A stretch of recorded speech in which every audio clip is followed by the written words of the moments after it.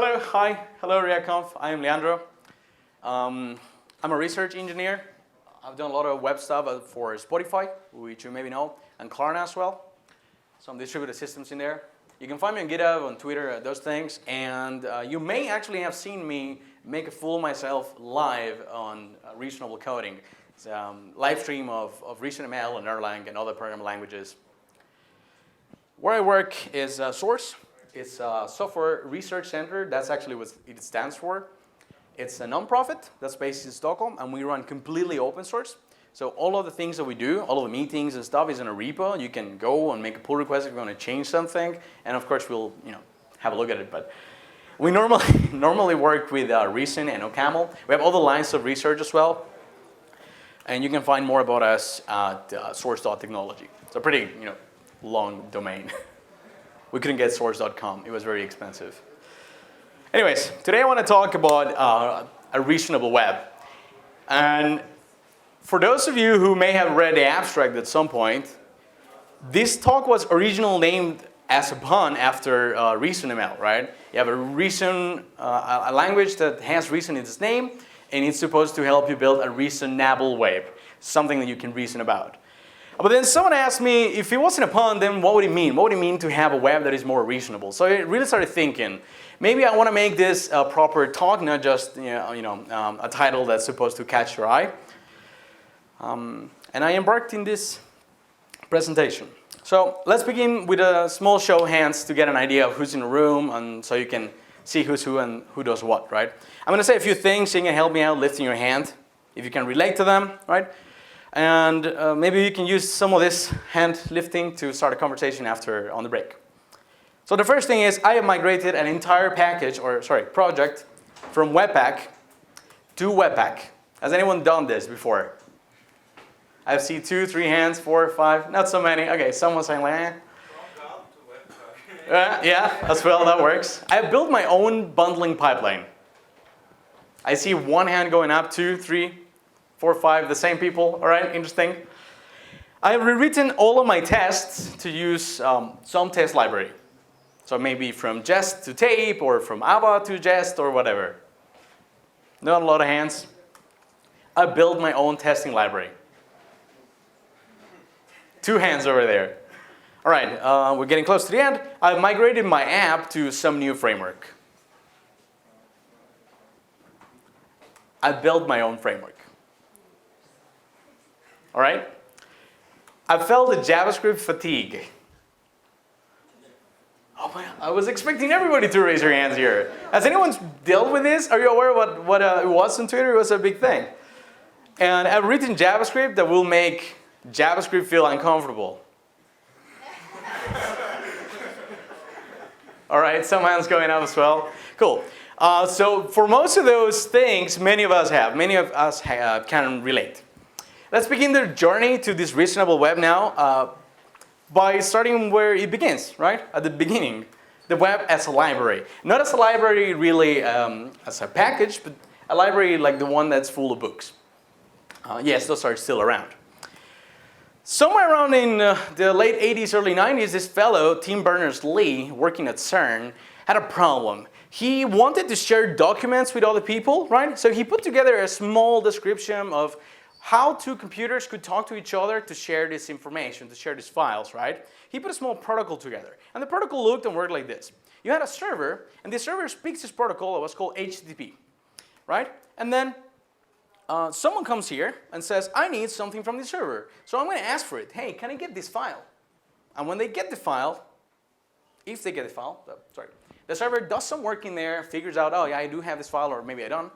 And if it does have it, it gives it back. So the person, in this case is another researcher at CERN, can continue doing their work.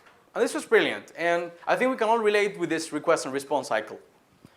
Now, this evolved over a few years and very intense collaboration with the industry into HTTP1. And it wasn't all the way until RFC 2068, by the late 90s, that it consolidated, right, in a protocol that we actually rely on every day. I think most of us are here because we work on top of this protocol. This is one of the reasons that we have jobs, essentially. It's kind of insane. But yeah, the web at that point, late 1990s, looked a little bit like this. There's a server, right, and there's something called a webmaster. Raise your hand if you've heard the term webmaster before. The same people that build stuff. All right, cool. The webmaster has a vision of what the website is going to be like, and they use some tools, right, to let's say, materialize this vision. These tools are of different kinds, but they have something in common, right? They're all used to write files. Can you recognize some of the tools down there? There's Vim, there's Emacs, they're still around, but then we have Microsoft Front Page. This is Arcane, and Macromedia Dreamweaver. I love that program. It just makes me happy to just see the logo again. Brings back memories. Anyways, they took a ton of files and they said, we need to put them in this server. So they used tools like FileZilla or WinSCP, right, to move these files from their computers to the servers. And then the files just stood there. They didn't do much. Someone else, possibly the person handling the web server, right, I'm going to rephrase that. Possibly the person running this host, right, the machine in the middle, run a web server. We normally think as a web server as the machine and the stack of stuff that runs in it, but really it's just a program that speaks HTTP. Everything else is not the web server, it's just a server.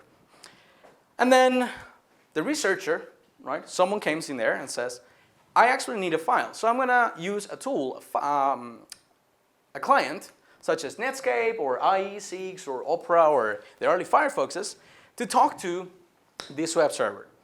So they use this browser, right? And eventually, after this whole dance happens, they get something that looks a little bit like what the webmaster envisioned. It never quite looks the same, almost there, but they get it and they can continue doing their work. Yeah, sort of as intended by the webmaster, right?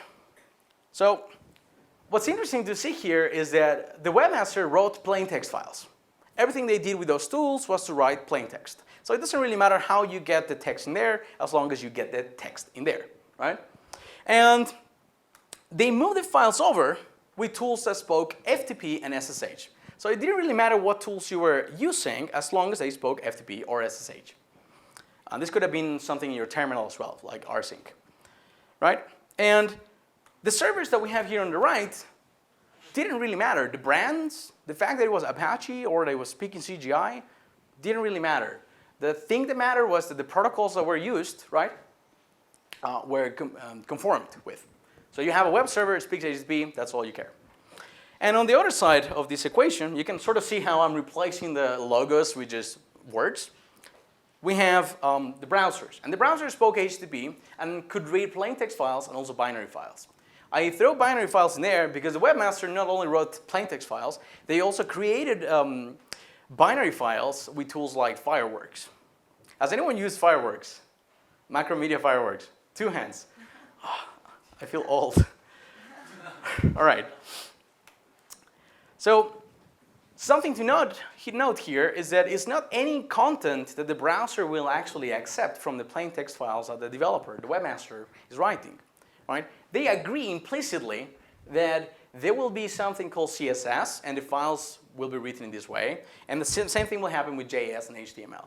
And the browser will also agree implicitly with other people that are not even there in the picture that said, well, this is how we're going to encode an image, right? We're gonna do a GIF or a PNG or whatever. So the browser knows how to read those files. But notice how all those tools really boil down to some names. We're not talking about brands. There's no companies involved here whatsoever. It's just like, this is something we agreed upon as individuals in a broader sense. It's really just a handful of protocols and file formats and language specs, right? So let's look at those for a second here. We have some language encodings. Codings is another term for a file format. We have some application layer protocols, which is stuff that happens at the level that brings business value, if you will.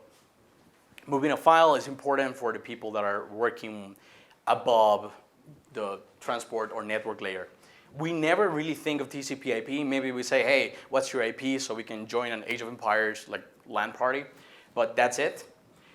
We never really think of SSH of FTP or CGI or HTTP. We normally just say, well, I'm just going to send some JavaScript over the wire. Like, this is my REST endpoint sort of thing. But those protocols are there, and they have been agreed upon, right? These are not really standards that have always existed, quote unquote. These are things that people agreed upon, right? And it took some time to do so.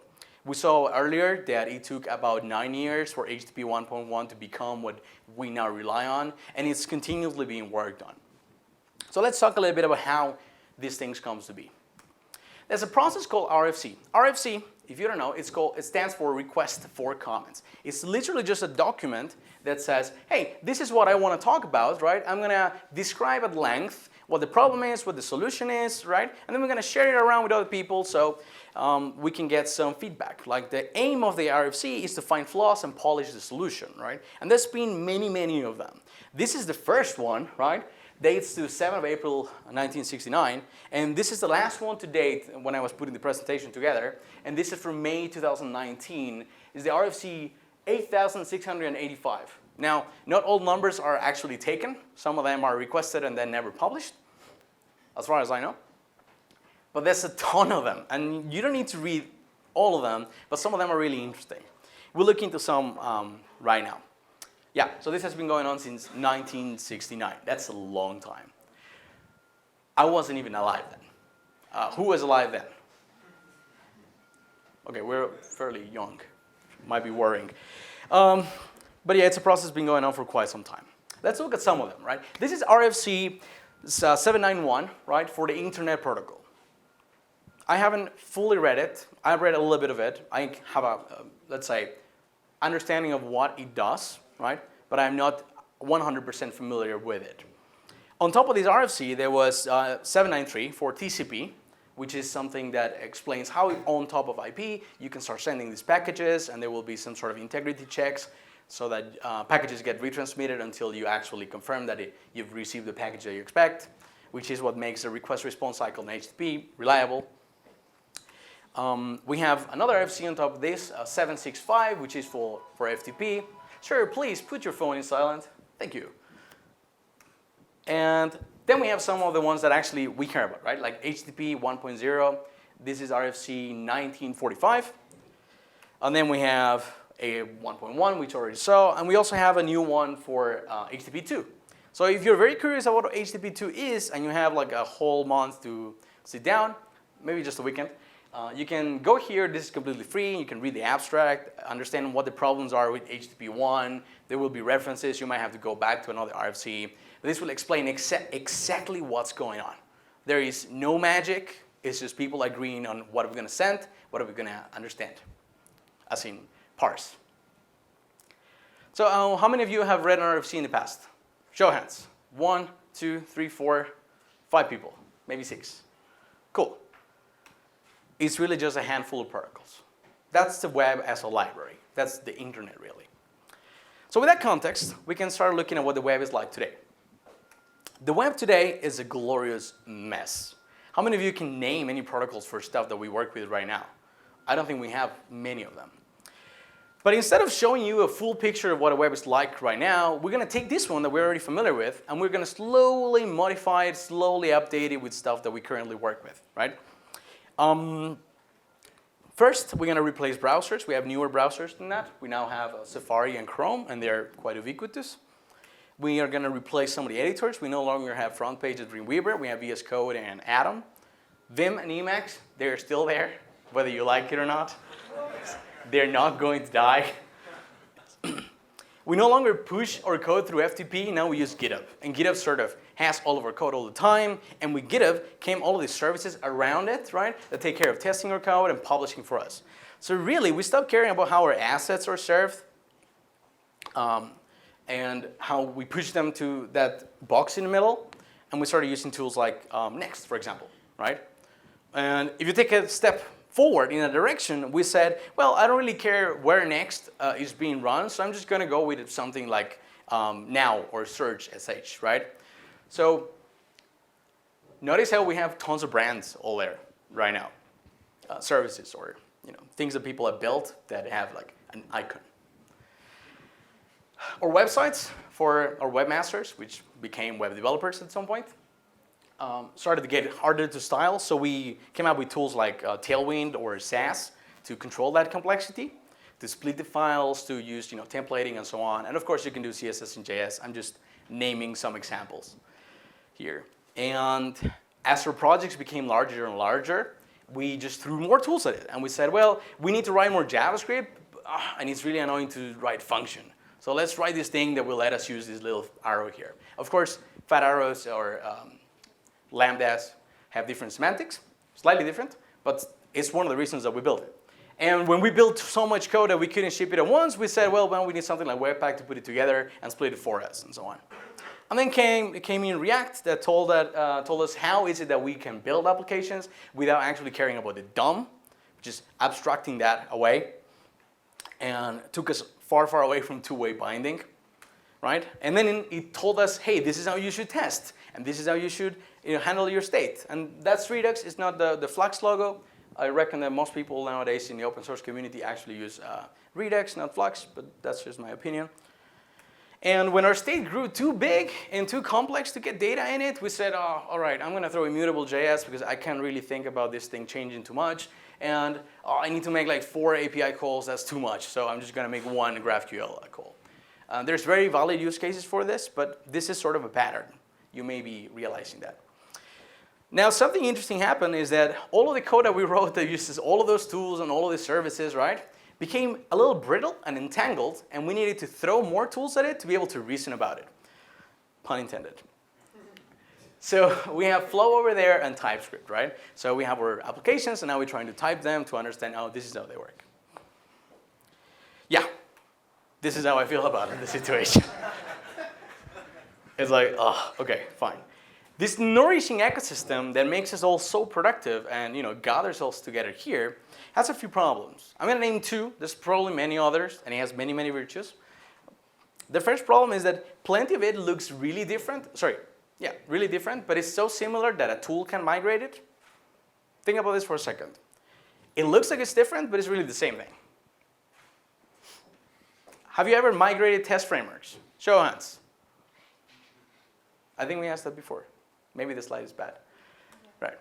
You can write your tests in tape or Ava or Jest, but you actually have tools that will take your tests in tape and rewrite them as Java and rewrite them as Jest. So really, I could never learn Jest and just write tape. I love tape. It's so simple. So I write tape, and I just run the tool twice, and I get Jest code. And then all of you can oh yeah, he's a good Jest programmer or whatever.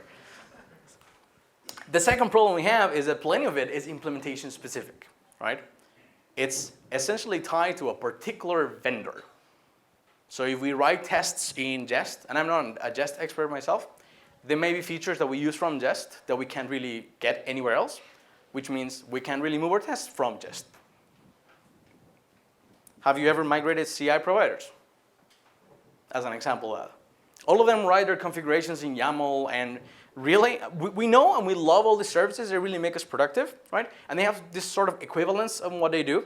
But they described all of their workflows in some way that is, there is no easy way to go from one to another and to another mechanically. I have to rethink my whole process and be like, oh, okay, Azure actually has this thing for variables, but Travis doesn't have it. I need to put that in the repo before so I can pick it up afterwards.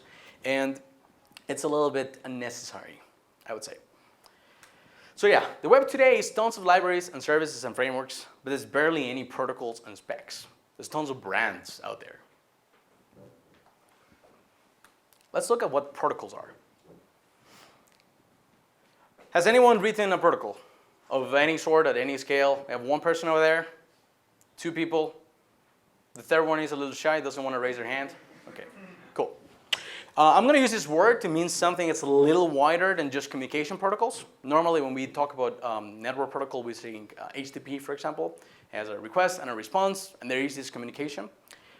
And it's assumed to be split, happening in 2 different computers, or let's say computation units. You have a process, Unix process, or another machine entirely. And I'm going to define it to be this. One second.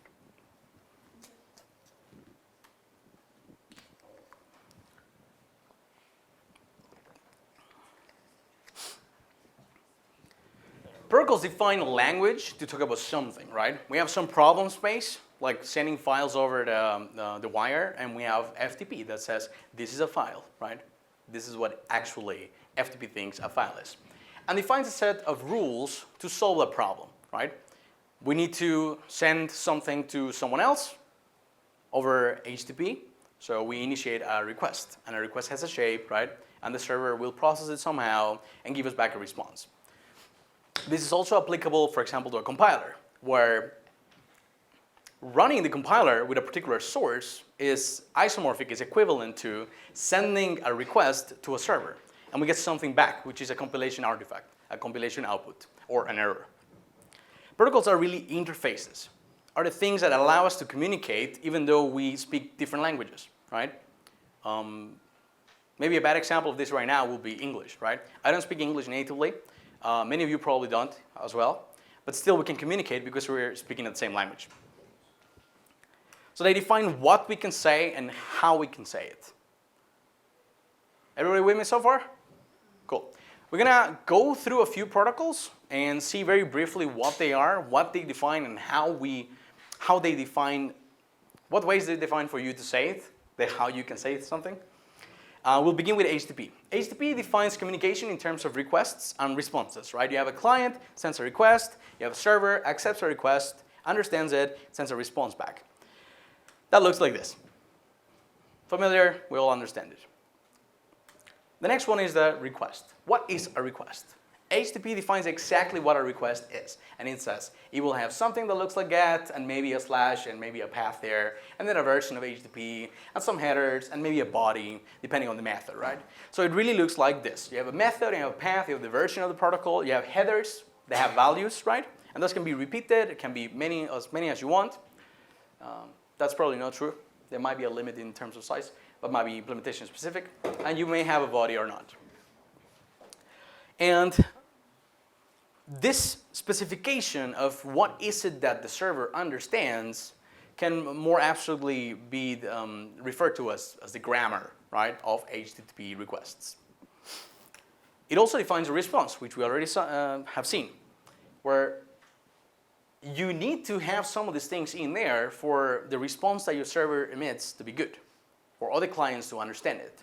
So again, it doesn't matter what you're writing your client or server in, it just matters that you nail these bits, right? HTTP requests, they're done in this way. Responses, they're done in this way. The responses normally have some sort of shape, and the shape is like this. You have a version, right? You have a status, and that will be like 200 OK or 404 not found, right? You have some header names that come back. Might be like a session token in a header, for example, if you just logged in, and may actually include a response body. Not all of the methods that you use originally, the response statuses allow a body by protocol, but you can always include one.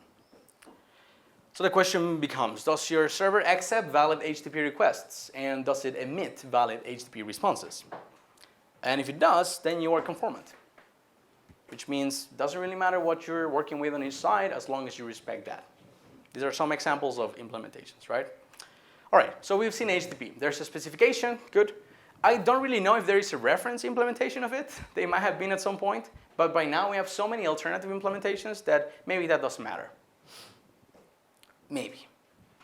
Let's look at another specification. Let's look at ECMA. ECMA script, right, defines a language in terms of a syntax, a grammar, right, evaluation rules. The grammar and the syntax of ECMA is the thing that makes a machine understand that the code that we've written there actually should have an error, right? It's very similar to sending a request that's malformed, in this example, to a server. The server will be like, well, I realize that your request kind of fits, but it doesn't, so here's a response saying you that it's not good.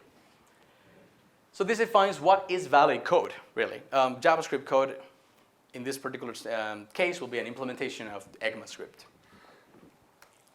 It defines the runtime and static semantics. And by this I mean, how is it that this language is evaluated? What does it mean to call a function? It's defined there. What does it mean to assign something? It's defined there. For example, it might be surprising that the assignment of const b equals a map at 1 actually returns undefined. Maybe not, but that's in the spec. Lastly, ECMA defines some primitives and built-ins, right? It defines all of these things that your implementation of the language has to have. You need to have an array class. You need to have a number function. Sorry, that's not really a class. Don't lie to yourselves, people. They need to define what is a nan, not a number, right? That's defined somewhere else in another IETF specification. So if you comply with these things, then you're ECMA compliant. You can run JavaScript, in lay people terms. And you can think of this flow as your text editor writes some text and maybe sends the code to some interpreter, and the interpreter comes back with the results or some error. In this particular case, the Wikipedia actually has a nice table to show the conformance to the spec. You can see some browsers here, and you have different versions of the spec. And you can say, oh, Firefox, on ES6 supports 98% of the spec, and on newer versions, it's only 78. So if you're writing cutting edge ECMA script, then you probably want to go to Opera 57 or Chrome 70, which is very interesting, right? We're normally flashed by this PR that the browser people do, and they do really good products, come on. It's just the truth. But do we actually understand how much of the things that we're working with in a particular browser are tying us to that browser? That's something that I am not entirely sure. Like, I don't normally do it, and when I realized that, I said, shit, I should probably start thinking of that. So we have ECMA, and ECMA has a specification. I could not find a reference implementation again, same as HTTP, but it does have several alternative implementations, which is pretty good. We have GraphQL, right, which is also a specification that defines a language for querying data in terms of types, queries, and mutations, right? It defines its types with a particular syntax. You have input types and output types and unions, and this is in particular a record that says the name field of an object of type protocol will be of type string, and it will be mandatory, so you cannot have it as null, for example. It defines queries as essentially, interesting. Sorry. It defines a query as essentially a function application, right, visually, that takes some parameters and will return an object from which you can actually pluck or select which one of the fields you want. So you can only get the data that you need and so on. And this maps back into the types that we just seen. And it defines mutations to work very similarly. So you have the name of the mutation in there, it takes some inputs, and it will return something. Now there's something very interesting about how these queries and mutations are defined in the specification, and is that queries themselves, right, can run however you see fit. It's implementation specific to define whether the queries are going to be run in parallel or in serial, but mutations, they have to be run serially. By specification, if you have a GraphQL server that is compliant with the GraphQL spec, if you send it 10 mutations, it's going to go 1, and then if that works, then 2, and so on, instead of just branching out all of the queries that you have. Again, very similarly, you have a GraphQL client that sends some requests to the GraphQL server, and you get a response. The client on the web might just be a fetch call, or maybe something like Apollo. So we have a spec. The spec is super thorough. It's very well written, and we have a reference implementation as well that you can use. Like, you can just rely on that. But if you want something a little more fancy, then you can go to Apollo, right? We have this thing as well. So we have a specification for GraphQL, we have a reference implementation, and we have alternative implementations. This is brilliant, like textbook good example of a protocol. Last protocol we're going to go through is the language server protocol. So you have your editor with some LSP plugin. I don't know if VS Code actually needs one, but I know Vim does.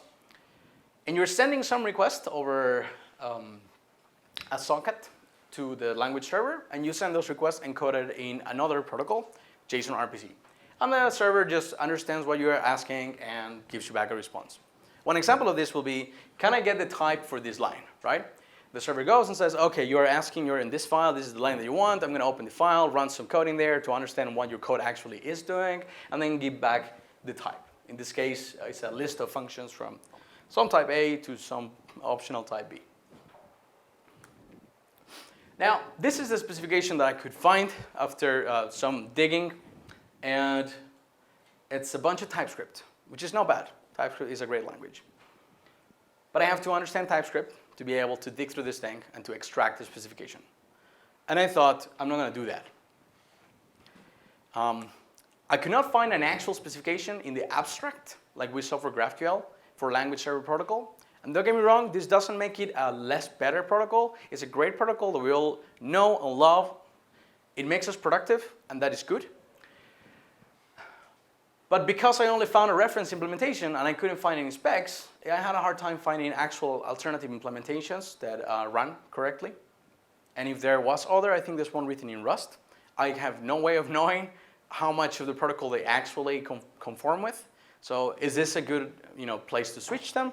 Can I just switch them without thinking about it? I don't know. Something for us to think about.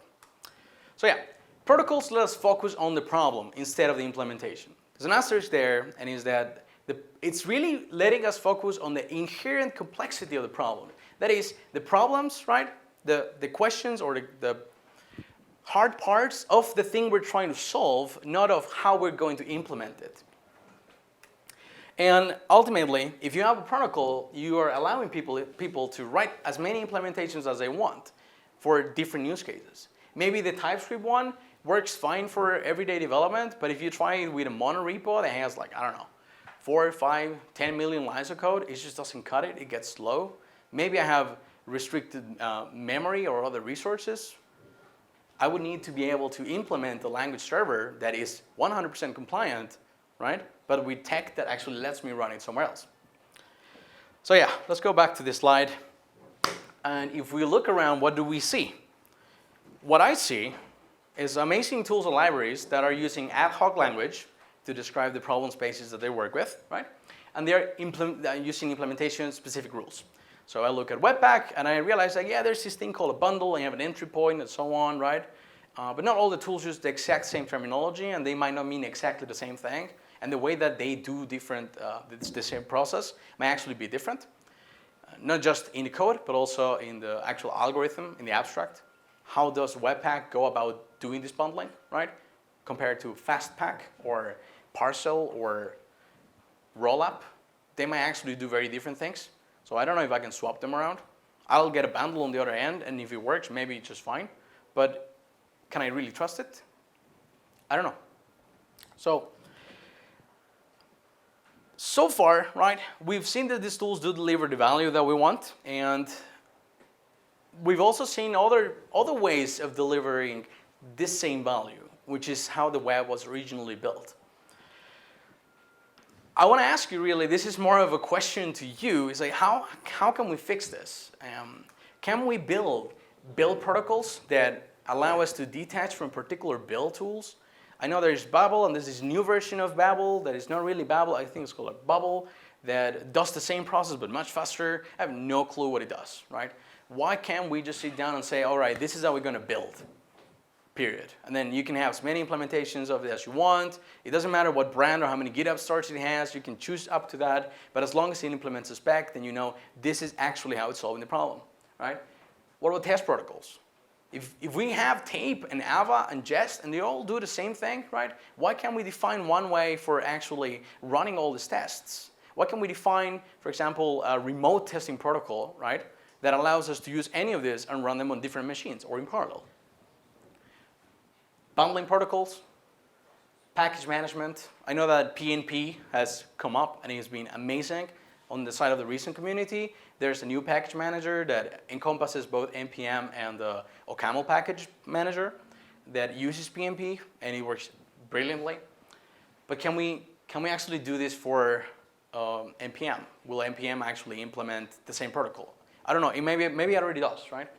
What about the package registry protocol? Why do we need to be tied to NPM? And why are we so excited about GitHub bringing up their own registry, their own game on package registry handling? Why can't we run our package registries? Why can't we agree on, okay, this is how we're going to store packages, this is how you're going to find them, right? There's no code involved, there's just a document that we've all agreed upon.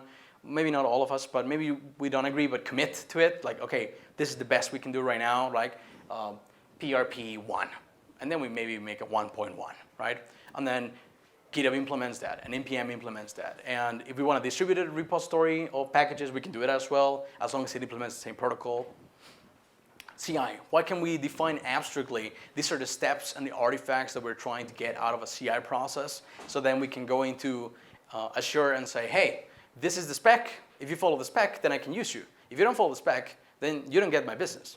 Same for GitHub or whoever is actually offering this. It's really turning around the relation that we have with the service providers. Documentation protocols. We have JSDoc. How many of you actually use JSDoc? We have 1, 2, 3, 4, 5 hands. Not that many. We have 5.5 hands. Yeah. Is there something that we can do to be able to build documentation for the entire JavaScript ecosystem? Right now, JSDoc doesn't really allow you to link across packages or verify that the thing that you're trying to point at exists there. There's room for improvement here, but we're a little fixated on, hey, are you using the latest library? This is a super cool brand. The website is awesome. Double click, it runs. And we don't really think about what is it that we're solving. So I wanna have a call for action here. There's this little URL when I put up a small form. I know you have problems when you work with these tools, where you migrate from tools, when you evaluate them. If you have an idea of a protocol, go to this URL. There's a little form, right? Just write it down there. It's completely anonymous, but I'm gonna collect as many as I can. I'm gonna make them public on Twitter afterwards. I'm gonna see, maybe this protocol, this idea for a protocol is really good. Maybe we can actually get started talking about it, put an RFC somewhere, discuss it, and if it works, maybe it ends up as a cool library with a brand backed up by a company. I don't know. That's not the part I care about. I care about us agreeing. So, how can we build a reasonable web? I think with protocols. And we can do it in very simple steps that are really hard. Simple does not mean easy, right? The first step is finding a problem. If you find a problem, then now you need to work on a solution. So you can either write a document of the solution and then write a reference implementation, or you can do it the other way around. It's fine, as long as you end up with both. If you have a spec and you have a reference implementation, right, then people know exactly what you're talking about and they can actually test it out. Or they can test their own implementations against yours. One example of this is WASM, WebAssembly, right? They have this spec and they also have a document. The spec is written in Camel, a brilliant language for writing this. It's good for writing languages. And they have done this process in sync so that as they evolve the spec, they evolve the reference implementation, and that meant browsers, right, comply with this implementation, with this spec. So I want to invite you to very quickly build a testing protocol with ReasonML. This is going to be called the web test protocol, and I came up with that brand. I hope you like it. We're going to talk a little bit about the common language. What is it that the web test protocol deals with, and we're going to talk about the evaluation rules. How does it run, right? So in the common language, we have a suite, right, of tests. We have a test, and we have a result. For each result, there will be, every test will have a result, and multiple tests make a suite. All right, let's begin with the suite. Am I pronouncing that right? Is it suite or suite? Suite. Okay, suite. I'll do that. All right. A suite is a list of tests with an associated description, right? And here's a very abstract way of saying, hey, this is my suite. We have the version of the protocol on top, WTP, what the protocol, 1.0, a description, business logic, the amount of tests, and then we have each one of the tests. And the brackets is just a placeholder, right? A test is a function with an associated name that will return a test result. So we see we have sort of the same payload that we had before, and we, instead of the placeholder tags, we just elaborate one of those and write the description, biz.foo, like some module, some function, should equal to 5. And then will be some function code. A test result, right, is a value that indicates whether the test was successful or if it failed. If it failed, an error message should be provided for clarity. Now, those three concepts are pretty clear. If I say test result, do you know exactly what I mean? Yeah. If I say suite, do you know exactly what I mean? No. All right. Let's go back for a second there. The suite is just a description that includes all the tests. So essentially, this one over here will be a suite, right? That includes one test. So it begins with the version of the protocol, the description of the suite, the amount of tests. That is actually a bug. It should be 1. And then you have one test, which begins with a name, and then the second line is the function that will run the test, and then you have a new line, and then you repeat. So if you have 2 tests, then you should be expected to have 2 of these lines that we see below. One for that, and then another for another test. Do we now agree on what a suite is? Yes, okay, cool. All right, so that was the common language. Now we know what we're talking about. Now let's talk about the evaluation rules. How do we run tests? Evaluating a test suite takes all the tests in the suite and one at a time it executes a test. The wording might be a little weird. It's intentionally not super clear. But we have a small algorithm here in pseudocode, right? We have this run suite S. The suite will be called S. For every test in S's test, the test that belong to S, we will run the test. If the test is successful, we save the successful result. Else, we save the failed result. Can you sort of imagine how to write this in JavaScript? You seem to have a for every, like a iteration of some sort. It could be a list for each, for example. It could be a for loop. It looks like tests. It's actually a list of things, right? You just need to go through them. And then you run the test, and you check what the output is. So you have an if and an else, and you put the result on one part or another part. How do we actually write that code? I don't care. It's up to you. It's implementation specific, right? The only thing I care about is that we agree on this. If we agree on that, then we're good. And that's the end of the protocol. That's everything we have. So let's write a reference implementation in Reason.ml. Now, before you ask, oh, why Reason.ml and no TypeScript and so on, I'm going to give you two reasons that I chose it. The first one is that it's not tied to a runtime, right? You can take Reason.ml for your JavaScript project, where you have JavaScript that runs on Node and some stuff that is Webpacked, and you can replace bits of it if you want, so it continues to run on Node and Webpack, right? But, and I couldn't find good logos for this, which might be a good thing actually. You can also use a compiler called, a build tool called Dune that takes Reason.ml and compiles to native code. And this is not a new thing. This is something that's been going on for like 10 years because Reason.ml is really a very old language called OCaml. So you can run some of this code natively. Now, you may wonder, why would I want that? Why would I want my reference implementation to run natively? If you had to run, I don't know, like 400,000 tests for compliance between a new spec and your, a new implementation of the spec and the reference implementation, you probably would want it to be fast. It might work fine to do in a node at some point, but the startup time on Node can be in the hundreds of milliseconds, whereas a native code may have like single-digit millisecond startup time. You bring it up in like 2 milliseconds, it runs what you need to run in 3. So in 5 milliseconds, you run that test. Versus, let's say 200, being generous with Node, 200 to startup, and then maybe 80 milliseconds. That's 280 milliseconds to run that test. I mean, at scale, it really matters. And the second reason is we get to model things with static types. This may be like, oh, I hate static types. When you model something, it will actually help you to test that you're using your model correctly. If we were in JavaScript and we say, oh, this is what some description is going to be like, then we'll have to write functions to verify that when you write this object actually has the right fields. Here, the compiler does it for you. So we're going to skim through it very quickly because I am running out of time. So we have the test result. We all agree with what it is. This is how we could represent it in Reason. We just have a type that says the status is successful or failure. If it's a failure, we will get a string in the type.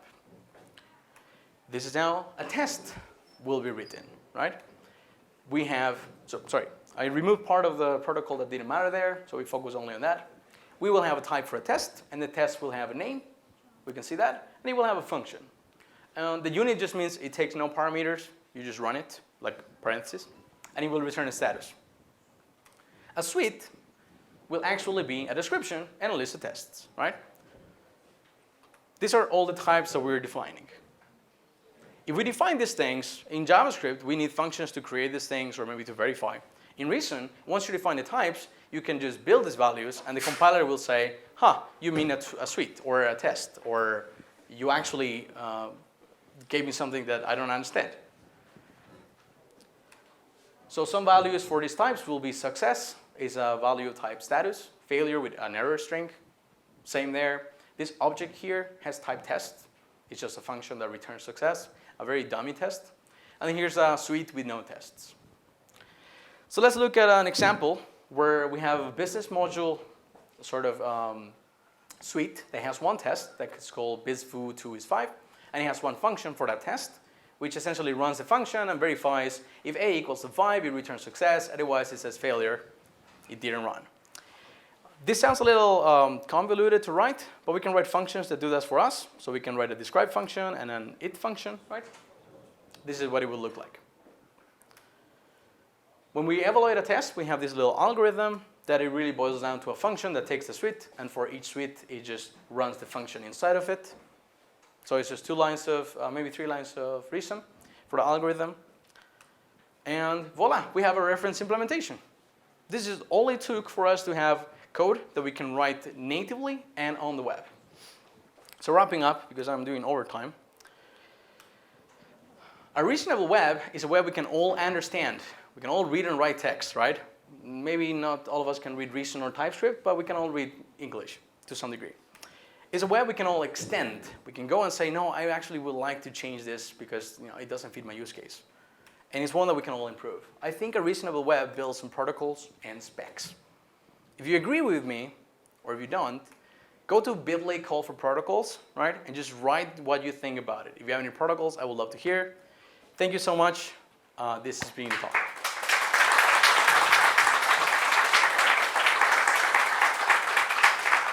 Oh, one last thing before I get out of here. This is the first time I speak at a largish conference. So if you have any feedback for me, I would love to hear from you. I put up a little form there as well. Thank you.